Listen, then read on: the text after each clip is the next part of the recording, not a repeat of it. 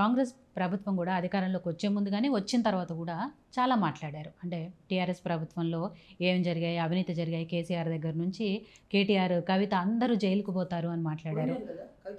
అదే సరే, కవిత పోయింది, అది సెంట్రల్ విషయం. సరే, ఇక్కడికి వచ్చిన తర్వాత చాలామంది నాయకులు మీలాంటి ఎమ్మెల్యేలు అందరూ కూడా రోజు కేటీఆర్ జైలుకు పోతాడు, కేసీఆర్ జైలుకు పోతాడు, ఇవన్నీ మాట్లాడారు. దానికి తగ్గట్టే ఫోన్ ట్యాపింగ్ వ్యవహారం తీసుకొచ్చారు. ఇంకా చాలా చాలా ఇవన్నీ వచ్చినాయి. వచ్చిన తర్వాత మళ్ళీ దాని మీద ఎక్కడా కూడా ఏం జరగలేదు. ఇంతవరకు కేటీఆర్ జైలుకు పోయింది లేదు, ఆయన ఏమో అరెస్ట్ చేసుకుంటే చేసుకోండి అంటున్నారు. అంటే కేటీఆర్ని కానీ కేసీఆర్ని కానీ అరెస్ట్ చేయాలంటే భయపడుతున్నారా? ఎందుకు భయపడతాం? భయపడేది ఉంటే అసలు ప్రాసెస్ ఎందుకు స్టార్ట్ చేస్తారు? ఆ ప్రాసెస్ స్టార్ట్ చేశారు, వదిలేసారు, డైవర్షన్ పాలిటిక్స్ అన్నారు. పోలీసు ఎంక్వైరీ చేశారు. కవిత ఎన్నిసార్లు పోయింది ఢిల్లీకి? మరి పోయిన రోజే లోపల పోయిందా? కవితను ఎన్నిసార్లు పిలుస్తున్నారు, ఇంటికి ఎన్నిసార్లు వచ్చినారు, ఎన్నిసార్లు ఎంక్వైరీ చేస్తున్నారు, అది వాళ్ళ ప్రాసెస్ రూల్స్ ప్రకారం వాళ్ళు చేస్తారు. ప్రభుత్వమే కదమ్మా. వాళ్ళు ఇండియాలోనే ఆయన ప్రైమ్ మినిస్టర్ కావాలని చూసింది కదా, ఏమైంది అది? అదేమైంది అడగండి మీరు, అది చెప్పండి. ఎందుకు పోయింది అది? అక్కడ పార్టీ పెట్టింది కదా, ఎందుకు పోయింది అది? మోడీతో కుమ్ముక్కు అయితేనే కదా నువ్వు పోయింది, కవిత కోసమే కదా నువ్వు కుమ్ముక్కు అయింది. పార్టీ ఏం వదిలేసుకున్నావు కదా. సెంట్రల్లోనే ఈయన పార్టీ ఆఫీస్ పెట్టిండు, పూజలు చేసిండు, మీరు అన్నీ చూసి ఉండొచ్చు. అన్ని కటౌట్లు కట్టిండు ఆడ పార్టీ పెట్టడానికి. ఏమైంది ఆ పార్టీ? ఎక్కడ పోయింది? ఇప్పుడు ఏమైపోయింది అంటే ఒక ఫ్యాషన్ అయిపోయింది. జైలుకి పోతే సీఎం కావచ్చా అని చెప్పేసి అని మరి నన్ను కూడా పంపాను జైలుకి. చాలా మంది ఖైదీలు ఉన్నారు జైల్లో, అందరు సీఎంలు అయిపోతారా? ఇప్పుడున్న సీఎం కూడా అదే అయ్యారు కదా. అట్లా కాదు కదా ఆ ఇష్యూ. ప్రైమ్ మినిస్టర్ ఎందుకు కాలేదని నేను అడిగేది మీతో. ఎందుకు కాలేదు? నెక్స్ట్ టైం అవుతారనే చెప్తున్నారు. ఇప్పుడు మొన్న ఎందుకు కాలేదు? మన సీఎంఏ పోయినాడు, ఇప్పుడు సీఎంఏ కాలేదు, ప్రైమ్ మినిస్టర్ అవుతుండే కదా. ఎందుకు మోడీతో తలబడలేదు?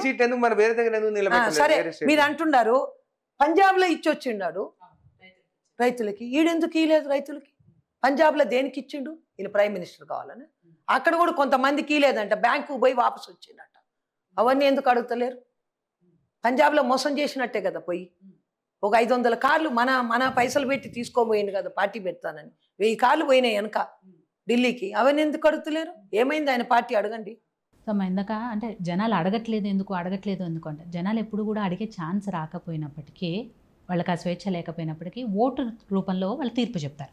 అదే మొన్న తీర్పు చెప్పారు, వాళ్ళని ఇంటికి పంపించారు. ఇప్పుడు కాంగ్రెస్ పార్టీ ఏం చేస్తుంది అనేది ప్రజలు చూస్తున్నారు. సరే, ఇంకా సంవత్సరమే అయింది కాబట్టి అనుకునే ఒక్కొక్కటిగా చేసుకుంటూ వస్తామంటున్నారు. ప్రజలు కూడా అదే దాంట్లో ఉన్నారు, చేస్తారు అనే దాంట్లో. ఎంతవరకు చేస్తారు అనేది ఎమ్మెల్యేల చేతుల్లో, అలాగే రేవంత్ రెడ్డి గారి చేతుల్లో ఉంది కాబట్టి సరే ప్రస్తుతానికి పబ్లిక్ కూడా అంటున్నారు అట్లనే. వాళ్ళు టీఆర్ఎస్ ఏమనగానే వాళ్ళే అంటారు, అరే వచ్చి సంవత్సరం అయింది కదా, మేము 10 ఏళ్ళు చూస్తాము మళ్ళీ వస్తుంది కదా, మాకు కూడా టైం ఎవరు ఓటు వేయాలనేది మేము కూడా. వాళ్ళు కూడా అంటున్నారు, నేను పోతున్నా కూడా మహిళలు కూడా. అంటే రాష్ట్ర ఆర్థిక పరిస్థితి కూడా తెలుస్తుంది కదా జనాలందరికీ. ఇంతకు ముందులా కాదు, ఎప్పటికప్పుడు సోషల్ మీడియాలో అన్ని న్యూస్ వస్తున్నాయి, ప్రజలందరికీ అన్నీ తెలుస్తున్నాయి. రాష్ట్ర బడ్జెట్ ఏంటి, ఎంతవరకు చేయగలుగుతున్నాం ఏంటి అనేది అన్నీ చూస్తున్నారు. వీళ్ళు ఓవర్కమ్ దట్. మాకు కొంచెం టైము, వీళ్ళు ఓవర్కమ్ స్లో బై 1 by 1. నిన్న కూడా నేను పోయినప్పుడు గ్రామ సభలు అందరూ అడుగుతున్నారు, అడుగుతారు, డెఫినెట్గా అడుగుతారు. అది కూడా మేము ప్రజల ముందు నిలబడుతున్నాం, మేము వీఆర్ ఆన్సరబుల్ ఫర్ దట్. మేము అడుగుతున్నాం, వాళ్ళకి కూడా నేను కూడా చెప్తున్నాను, అమ్మ ఈ 4 స్కీమ్లు కంప్లీట్ కానీ ఇండ్లు లేని వాళ్ళు కట్టించుకుందాం, స్లోగా ఒకటి చేసుకుంటూ పోతాం అని కూడా చెప్తాను. సో ఇందాక నుంచి నేను ఏదైతే అంటున్నానో, అంటే ప్రజల్లో కొంత వ్యతిరేకత మొదలైంది కాంగ్రెస్ పార్టీ మీద, ప్రభుత్వం మీద. దాని గురించి మాట్లాడుతున్న టైంలో ఇంకొక విషయం ఏంటంటే, వ్యతిరేకత విషయంలో హైడ్రా గురించి ఎక్కడికక్కడికంటే ఒక మంచి ఉద్దేశంతోనే ఇదంతా చేస్తున్నామని ప్రభుత్వం చెప్తున్నప్పటికీ, ఎవరైతే ఇళ్ళు కోల్పోతున్నారో లేకపోతే వీటిలో నష్టపోతున్నారో వాళ్ళందరూ నిజంగా బాధపడుతున్నారు, రోడ్డు మీదకి వచ్చి ధర్నాలు చేస్తున్నారు. హైడ్రా నిజంగా ఎంతవరకు ఉపయోగపడుతుంది ప్రజలు? హైడ్రా అనేది కంపల్సరీ కావాల్సిందే ఈ టైంలో. హైడ్రా అనేది అసలు ఎక్కడ ఎఫెక్ట్ పడుతుంది? ఒకటి రివర్స్, అంటే రివర్స్ బెడ్ పైన ఎవరైనా రివర్ను ఆక్యుపై చేసుకొని కట్టిన ఇండ్లు కానీ, చెరువులు మొత్తము మట్టి నింపేసి గ్రావెల్ నింపేసి దానిపైన ఇండ్లు కట్టిన వారు కానీ, చెరువు నుంచి బఫర్ జోన్ అనేది ఉంటుంది, ఆ బఫర్ జోన్లో కట్టినా కానీ, ఒక చెరువుకి ఇంకో చెరువుకి లింక్ ఉంటుంది. ఫర్ ఎగ్జాంపుల్ మా ఊరు చెరువు నిండితే అలుగెళ్తేనే కింద ఉన్న గుండ్లపుట్లపల్లి గ్రామానికి ఆ చెరువుకి నీళ్ళు పోతాయి. సో అట్లా లింక్స్ ఉంటాయి. సో గత ప్రభుత్వం ఏం చేసిన ఆ లింక్స్ అని డ్యామేజ్ చేస్తారు, ఇంకోటి చెరువులన్నీ ఆక్యుపై చేస్తారు, రికార్డులో కూడా ఆ చెరువులు లేవని చెప్పి కూడా తీసేసి చేస్తారు. ఆ HYDRAA is affecting only them. దానివల్ల అంతటి ఎఫెక్ట్ అవుతుంది, వేరే ఇండెట్ ఎఫెక్ట్ అవుతుంది. సిటీలో ఉన్న మంచి మంది ఇండ్లు, పర్మిషన్ ఉన్న ఇండ్లు ఎందుకు ఎఫెక్ట్ అవుతాయి? ఎవరైతే ఇల్లీగల్గా చేస్తారో, ఇల్లీగల్ కన్స్ట్రక్షన్స్ ఇల్లీగల్గా కన్స్ట్రక్ట్ చేసి ఈ బఫర్ జోన్స్ కానీ చెరువులు కానీ ఆక్యుపై చేస్తారో వాళ్ళకి ఎఫెక్ట్ అవుతుంది. ఫర్ ఎగ్జాంపుల్ కాజాగూడ లేకుండా నేను కంప్లైంట్ చేసాను, నేను అసెంబ్లీలో మాట్లాడినా, దాని తర్వాత దాన్ని కొట్టేసిన, దాన్ని తీసేసిన, అది చెరువు, అది ఇంకా ఆక్యుపై చేసి ఇంకా దాని బౌండరీ కడుతున్నారు లోపల కట్టాలని చెప్పేసి. ఆ టైంలో it is the right time. ఇది వాళ్ళు చేయలేదు గత ప్రభుత్వం, చేస్తుంటే ఇంతవరకు రాకపోతుండే. అందుకే ఏవైతే ఇంకా కట్టలేదో అవిటిని ఇప్పుడు మేము ప్రొటెక్ట్ చేస్తున్నాం. ఏవైతే దొంగ కట్టినారో ఖచ్చితంగా we have to take action. నువ్వు చేసింది తప్పు, మళ్ళీ ఆ తప్పుని కూడా నువ్వు మమ్మల్ని చేయొద్దు అని అంటే ఎంతవరకు కరెక్ట్ అది? సో వాళ్ళు దేనికి సపోర్ట్ చేస్తున్నారు? ఓకే, ఆ ముందు పోయి ఆ రంగనాథ్ గాని అక్కడ పోయి వాళ్ళతో మాట్లాడేదండి. వాళ్ళకి షిఫ్టింగ్కి మీరు ఇక్కడ నుంచి షిఫ్ట్, కొంతమంది పేదవాళ్ళు ఉంటారు, నేను రిచ్ పీపుల్ గురించి మాట్లాడుతాను.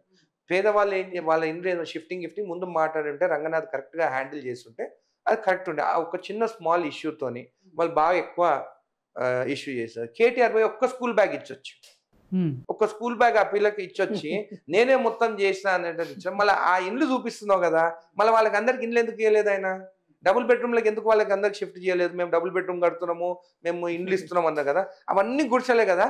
ఆ గుడిసెలకు అందరికి నువ్వు ఇండ్లు ఎందుకు ఇవ్వలేదు? ముందు నువ్వు మంచి పని చేస్తావు, ఒక పాపకి ఇచ్చొచ్చావు బ్యాగ్. మీ అందరి సంపాదన కోసం అక్కడ ఉన్న వాళ్ళకి అందరు కూడా మీరు ఇల్లు కట్టియచ్చు, అందరు కూడా బ్యాగ్ చేయవచ్చు. ఒక్క బ్యాగ్ ఇచ్చి నువ్వు వీడియో పెట్టుకున్నావు అంటే ఇంకా ఏం చేయాలి మీరు ఆలోచించండి ఒకసారి. వాళ్ళు కూడా అర్థం చేసుకోవాలి.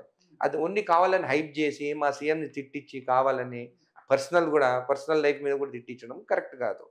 దాని సొల్యూషన్ లేక్స్ అయితే డెవలప్ చేయాల్సిందే, మూసి డెవలప్ చేయాలి. అదంతా డ్రైనేజ్ వాటర్ ఆ పాత ఏరియాకి పోవాలి. మేము కూడా మున్సిపల్ కాలనీ, మా ఫాదర్ కానీ అందరం మలక్పేట మున్సిపల్ కాలనీలోనే అక్కడనే వాళ్ళు పుట్టి పెరిగినారు అందరూ. మాకు కూడా ఆ ఏరియా గురించి బాగా తెలుసు. జనవాడ మా ఓన్ విలేజ్. ఇప్పుడు అందరు జనవాడనే ఫామ్ హౌస్ కట్టుకున్నాం. ఆ ఊరు ఇసిపెట్టేసి మేము సీలింగ్లా ఈ ఊరు పెట్టుకున్నాం. అది ఈరోజు ఎక్కడ 10-15 కోట్లు. ఆ ఊరు మొత్తం సీలింగ్లో వదులుకున్నాము. డ్యామ్ కట్టినప్పుడు కూడా 3000 ఎకరం, మా ఫాదర్ 3000 ఎకర్స్ మాది పోయింది జనవాడలో. ఇంత మేము అక్కడ ల్యాండ్ బోర్డు కొట్టుకొని కూడా అంత పెద్ద దానికి కూడా ఆ డ్రైనేజ్ నీళ్ళు ఆ మూసీ రివర్లో పోతుంటే మాకు కూడా బాధ అనిపిస్తుంది.